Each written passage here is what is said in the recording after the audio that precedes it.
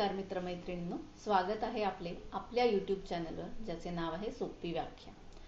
आज म्हणजे दिनांक 1 फेब्रुवारी 2025 रोजी सकाळी 11 वाजता आपल्या अर्थमंत्री निर्मला सीतारामन यांनी संसदेमध्ये बजेट सादर केले आहे।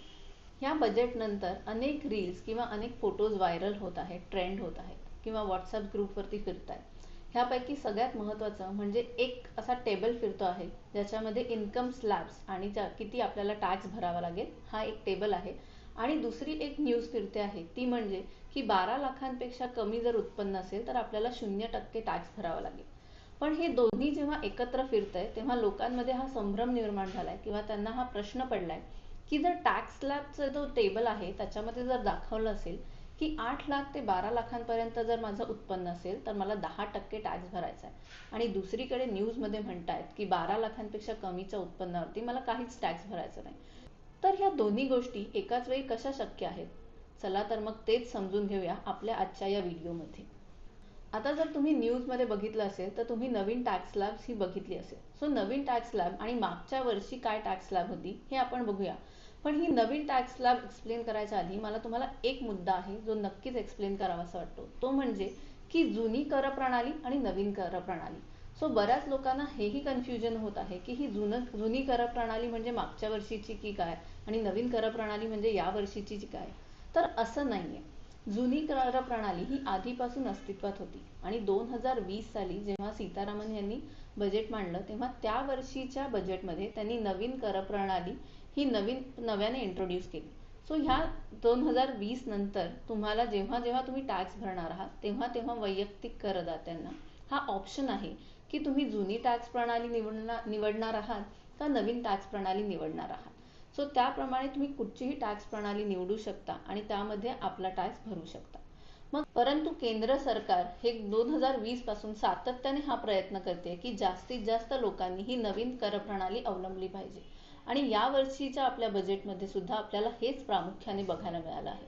कारण जुन्या कर प्रणालीमध्ये काहीही म्हणजे 0% बदल केला गेला आहे।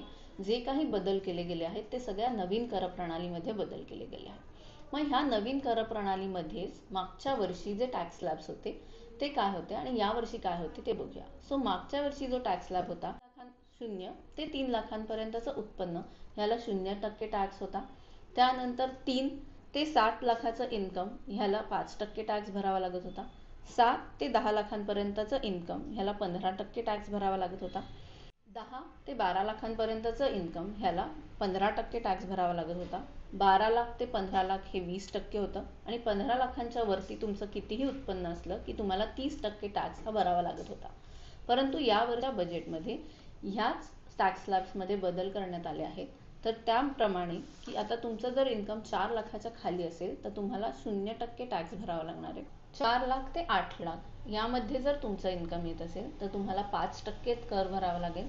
8 लाख ते 12 लाखांच्या मध्ये असेल तर 10%, 12 लाख ते 16 लाखाच्या मध्ये असेल तर 15%, 16 ते 20 असेल तर 20%, आणि मागच्या वर्षी हा 25%चा टॅक्स स्लॅब नव्हता जो यावर्षी नव्याने अस्तित्वात आणला गेलाय, तो म्हणजे आहे 20 लाख ते 24 लाखाचं जर उत्पन्न असेल तर त्याच्यावरती तुम्हाला 25%चा टॅक्स भरायचा आहे, आणि 24 लाखाच्या वर जर तुमचं उत्पन्न असेल तर तुम्हाला 30%चा टॅक्स हा भरावा लागणार आहे। मग आता जर आपण एक्सप्लेन केलं त्याप्रमाणे जर टेबलमध्ये बघितलं तर इथेही आपल्याला दिसतोय की जर माझं 12 लाखापर्यंतचं उत्पन्न असेल तर मला 5% किंवा 10% हा टॅक्स भरावा लागणारच आहे। मग 12 लाखांपर्यंतचं उत्पन्नावर 0 टॅक्स किंवा करमुक्त 12 लाखांचं उत्पन्न असं का म्हटलं जात आहे? तर ह्याच नवीन कर प्रणाली अंतर्गत केंद्र सरकारने अंडर सेक्शन 87A आपल्याला एक सूट दिलेली आहे, आपल्याला एक रिबेट दिलेली आहे। ही रिबेट ही मागच्या वर्षीपर्यंत 25,000ची होती, जी यावर्षी आता वाढवून त्याची लिमिट 60,000पर्यंत करण्यात आली आहे। म्हणजेच तुमचा जर टॅक्स 60,000पर्यंत येत असेल तर तो 60,000पर्यंतचा टॅक्स हा माफ केला जाणार आहे, तो तुम्हाला भरावा लागणार नाहीये। मग ह्याचंच आपण एक छोटंसं कॅल्क्युलेशन करून बघूया की हे नक्की कसं शक्य होणार आहे ते। आपण मानलं की आपलं 12 लाखांपर्यंतचं उत्पन्न आहे तर पहिली स्लॅब म्हणजे 0 ते 4 लाख ह्यापर्यंत मला काहीच टॅक्स भरायचा नाहीये। त्यानंतर 4 लाख ते 8 लाख ह्या 4 लाखांवरती मला 5%नी कर भरावा लागणार आहे, म्हणजेच तो 20,000चा कर भरावा लागणार आहे। पुढचा जी स्लॅब आहे 8 लाख ते 12 लाख, त्या 4 लाखांवरती मला 10% म्हणजे 40,000 रुपये हा कर भरावा लागणार. सो जर आपण तिन्ही स्लॅब्सचं जर एकत्रित घेतलं तर पहिल्या टॅक्स स्लॅबमध्ये 0, त्यानंतर 20,000, त्यानंतर 40,000, म्हणजेच टोटल मला 60,000 रुपयाचा टॅक्स हा 12 लाखाच्या उत्पन्नावर भरायला लागणार आहे. परंतु ही एक्झॅक्ट अमाऊंट म्हणजेच 60,000 रुपये हे मला रिबेट दिल्यामुळे किंवा मला सूट दिल्यामुळे मला हे 60,000 सुद्धा भरावे लागणार नाहीये. म्हणूनच सगळीकडे असं म्हटलं जातंय किंवा जसं फायनान्स मिनिस्टर यांनी सुद्धा त्यांच्या स्पीचमध्ये म्हटलं की 12 लाखांपर्यंतच्या उत्पन्नाला कुठच्याही प्रकारचा टॅक्स हा ह्या वर्षी म्हणजे भरावा लागणार नाहीये. पण मग हे 12 लाखाचं उत्पन्न हे कोणाकोणाला लागू होणार आहे? तर अशा सर्व व्यक्ती ज्या नोकरदार आहेत, म्हणजे सॅलरीड पर्सन आहेत, किंवा तुम्ही मजूर असाल आणि तुम्हाला त्याचं वेतन मिळत असेल तर, त्यानंतर जर तुमचा लहान मोठा बिझनेस असेल आणि तुमचा इंडिव्हिज्युअल बिझनेस प्रॉफिट हा जर 12 लाखांच्या आतमध्ये असेल तर, किंवा तुम्ही कुठचेही प्रोफेशनल असाल आणि तुमचं प्रोफेशनल इन्कम हे 12 लाखांच्या आत येत असेल तर ह्या सर्व व्यक्ती आहेत त्या सर्वांना 12 लाखांच्या त्यांच्या उत्पन्नावरती कर भरावा लागणार नाहीये. परंतु जर तुमचं स्पेशल इन्कम असेल, स्पेशल इन्कम ह्याचाच अर्थ जर तुम्हाला कॅपिटल गेन्स ह्या वर्षामध्ये जर कुठच्याही कॅपिटल गेन्स झाले असतील तर त्याला कॅपिटल गेन्सचा स्पेशल टॅक्स रेट असतो. त्या टॅक्स रेट प्रमाणे तुम्हाला टॅक्स हा भरावाच लागतो. तो या 12 लाखांमध्ये इन्क्लूड केला जात नाही. तसेच अजून एक गोष्ट म्हणजे जर तुम्ही सॅलरीड म्हणजेच नोकरदार असाल किंवा पेन्शनर असाल तर सॅलरीड आणि पेन्शनर लोकांना गव्हर्नमेंटने अजून एक ॲडिशनल डिस्काउंट किंवा ॲडिशनल बेनिफिट दिलेला आहे, जो म्हणजेच डिडक्शन्स. सो हे जे डिडक्शन्स आहेत, स्टँडर्ड डिडक्शन्स, ते मागच्या वर्षी 75,000 होते. यावर्षी सुद्धा त्याची लिमिट 75,000च ठेवण्यात आली आहे. म्हणजे तुमचं जर उत्पन्न हे 12,75,000 असेल तरीही तुम्हाला 1 रुपयाही टॅक्स भरावा लागणार नाहीये. परंतु जर तुमचं उत्पन्न हे 12 लाखांच्या वर असेल, जर तुम्ही सॅलरीड पर्सन नाही आहात आणि तुमचं नॉर्मल इन्कम हे 12 लाखांच्या वर म्हणजेच जर 15 लाख असेल तर मग तुम्हाला फक्त 3 लाखांवरच टॅक्स भरावा लागणार आहे का? तर नाही. ही जी रिबेट आहे किंवा ही जी सवलत आहे ही फक्त 12 लाखांपर्यंतच्याच उत्पन्नावरती दिली जाते. त्याच्यावरती एकाही रुपयावरती ही सवलत दिली जात नाही. म्हणजे जर तुमचं 15 लाखांचं उत्पन्न असेल तर तुम्हाला आधी म्हटल्याप्रमाणे 60,000 रुपये आणि मग पुढचा जो तुमचा आहे 12 ते 16 लाख रुपये ह्याचा जो तुमचा 15% टॅक्स स्लॅब आहे त्याप्रमाणे तुम्हाला 4 लाखांवरती 15% ॲडिशनल म्हणजेच टोटल 60,000 प्लस हा ॲडिशनल टॅक्स हा भरावा लागणार आहे.